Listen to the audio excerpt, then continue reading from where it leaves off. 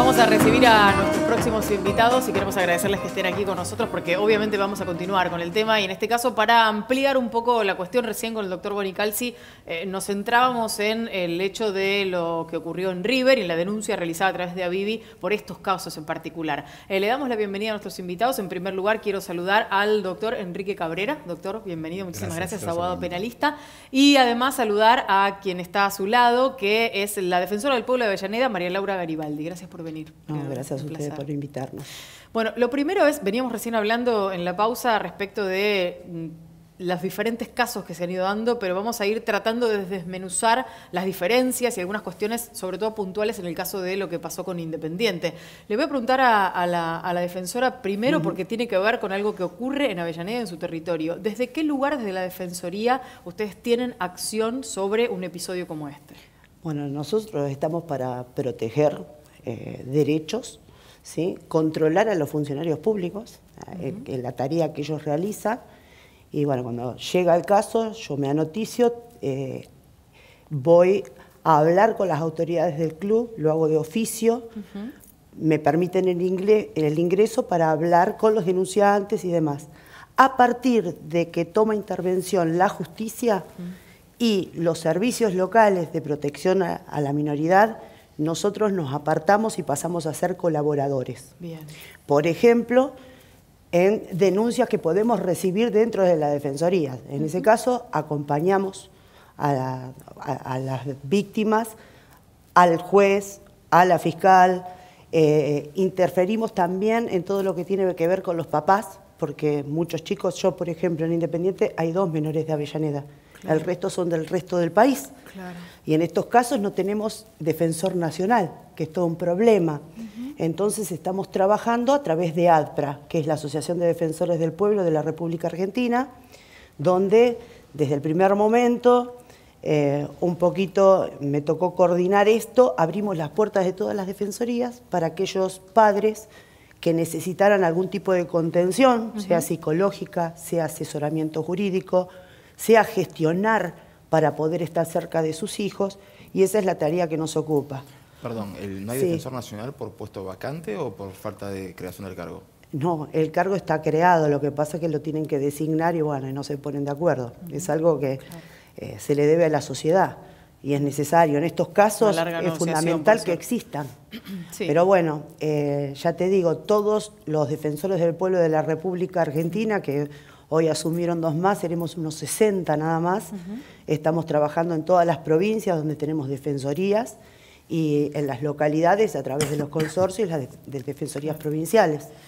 Esa es nuestra tarea y lo que sigue, ¿sí? Con toda esta cuestión mediática y todo lo que está pasando, es lo que nosotros decimos es no perder el foco, que estamos hablando de menores, no sacar de eje ese tema y poder ver qué hacemos para adelante, porque nosotros vamos, visitamos los clubes. Yo, por ejemplo, estuve visitando Arsenal, que tenemos pensiones en Avellaneda. Estuve hablando, hoy a la tarde estuve hablando con el presidente Víctor Blanco de Racing, que mañana seguramente vamos a visitar y a hablar con ellos. Y por supuesto que desde el primer momento también estuvimos hablando con Hugo Moyano como presidente de Independiente. Doctor, hoy hablando con algunos colegas y con algunos especialistas, había una sospecha, y quiero preguntárselo como hombre de leyes, acerca de qué podía llegar a ocurrir si esta causa terminara por alguna razón en la justicia federal.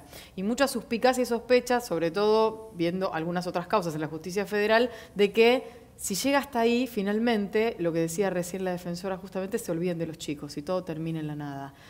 ¿Cuál es la lectura que usted hace sobre esta cuestión en particular y sobre que la justicia ordinaria esté trabajando como está trabajando ahora? Cómo no, yo creo que la justicia ordinaria está actuando bien, que las probabilidades de llegar a la justicia federal son mínimas.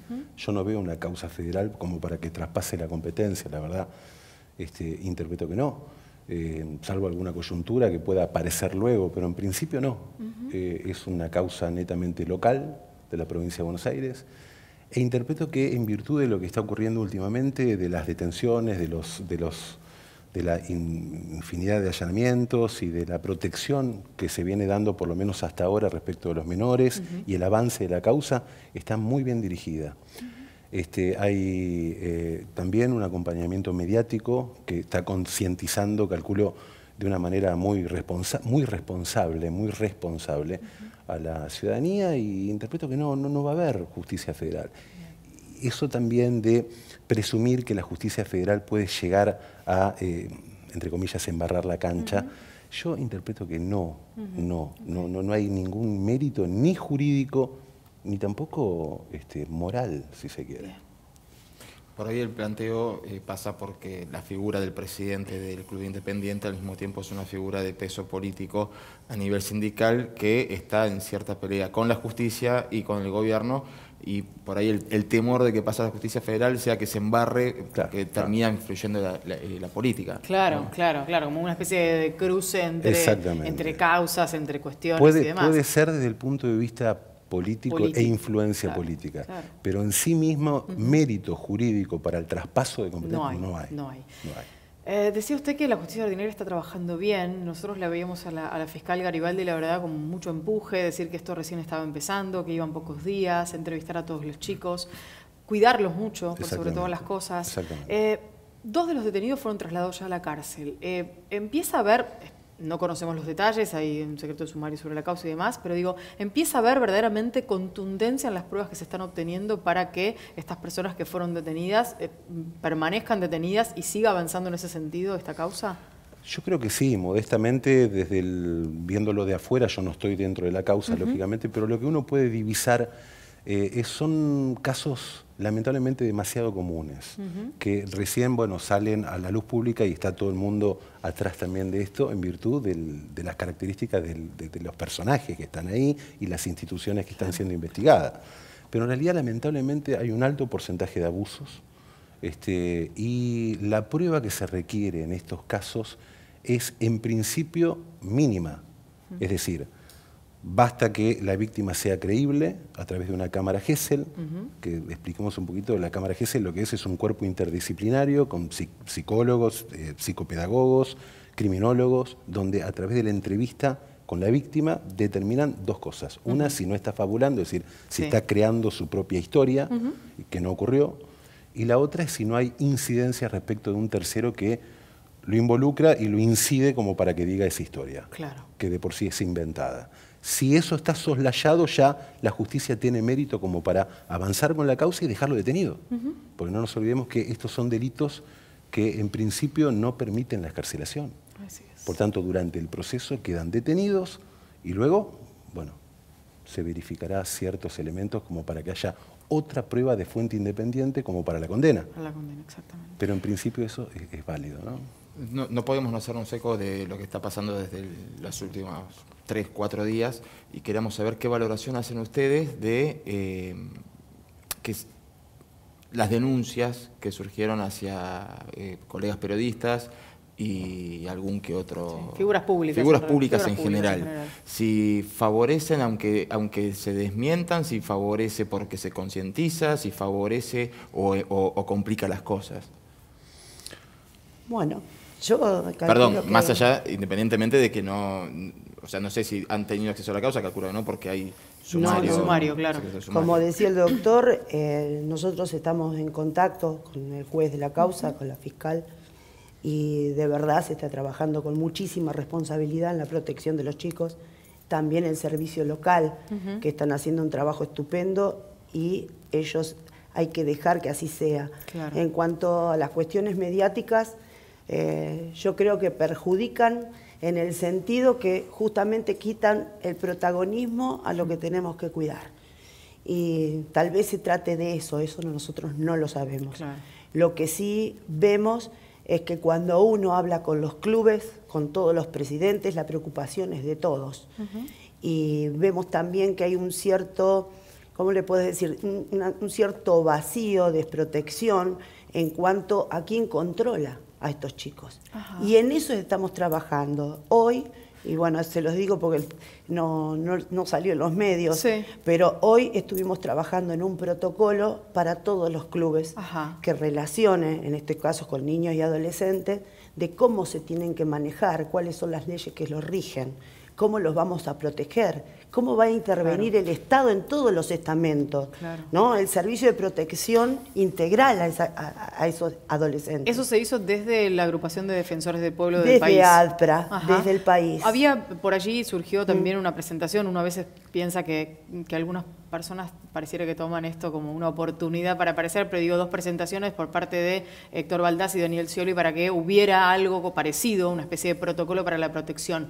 Cuando uno piensa en esto, la sensación de que se llega tarde es, la verdad, insoslayable. Digo, ¿por qué se llegó tan tarde? ¿Por qué todo avanzó hasta este punto? Porque yo calculo que lo dije en varios medios. A ver, cuando Independiente hace la denuncia, resulta ser que todos sabían todo, ¿no? Yo creo que es el no te metas, el que está naturalizado dentro de esta cuestión machista.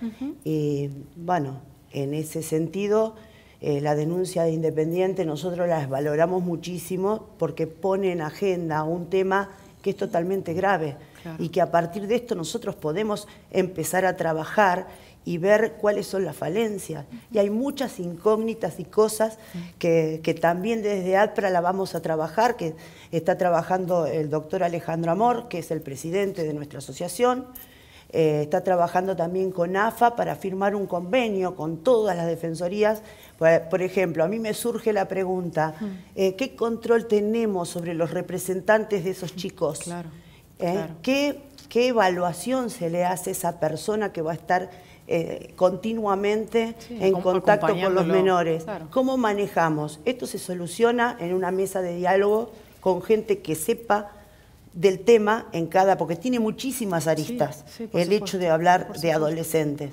Entonces, ver la forma de que de aquí en adelante estén los más protegidos que uno pueda, pero con todos los actores, ese el trabajo, Estado, los clubes. ¿Ese trabajo con AFA ya lo empezaron a hacer? Sí, ya está trabajando Alejandro y bueno, seguramente nosotros nos reunimos 4 veces al año porque el país es grande y en el próximo plenario está en el orden del día para tratarlo y cada uno aporta y a la vez ese mismo protocolo se va modificando por las autonomías de las provincias, de los municipios, para adaptarlo y con los actores locales también trabajarlo para que sea lo más eficaz y eficiente posible. Doctor, para explicarle y explicarnos cómo es el funcionamiento penal para las distintas responsabilidades en este caso, o sea, para que la gente sepa qué es lo que pueden esperar estas personas que están imputadas de acuerdo a las distintas responsabilidades en caso de abuso de menores y trata de personas. ¿Cómo no? En principio habría que, como lo hizo el colega en el bloque anterior, diferenciar lo que está pasando respecto a Independiente, lo que incipientemente comienza en River, ¿no? En principio en River lo que se está investigando son abusos sexuales que pueden ser sistemáticos o aislados, pero son abusos sexuales. Acá en Independiente además se está tratando una red y se está investigando respecto de la corrupción de menores, una red de trata, digamos, directamente, además de los abusos sexuales. Lo que me comentabas respecto de lo que es los diferentes niveles de responsabilidad, partamos de una figura básica que es el abuso sexual, que es respecto, no necesariamente es el acceso carnal, sino que son todo tipo de tocamientos o ataques sexuales genéricos que no conllevan más allá de eso. Es un cercenamiento de la libertad sexual de la víctima. Cuando eso va avanzando, eso prevé una sanción penal que va de 4 meses a 6 años. Digo bien, de 6 meses a 4 años, perdón. Y luego va avanzando la punibilidad y la elasticidad de la pena en virtud de ciertas circunstancias. Por ejemplo, si hay acceso carnal, el acceso carnal se agrava, puede ser bucal, anal, vaginal, la introducción incluso de objetos contundentes, etcétera, que asemeja la conducta. Y después, por supuesto, lo que se está valorando en esta causa en concreto es el aprovechamiento y la inmadurez de la víctima. Totalmente. Son chicos de menos de 16 años. Les quiero agradecer a ambos por haber estado aquí con nosotros, por haber sido tan claros además en sus apreciaciones y valorar también el trabajo que se hace en particular desde la Defensoría y pensar, como decía recién la defensora, en los chicos, básicamente, que no se tiene que perder de eje esto. Absolutamente. Sobre todo la vulnerabilidad de los menores. Totalmente. Gracias. No, gracias a usted.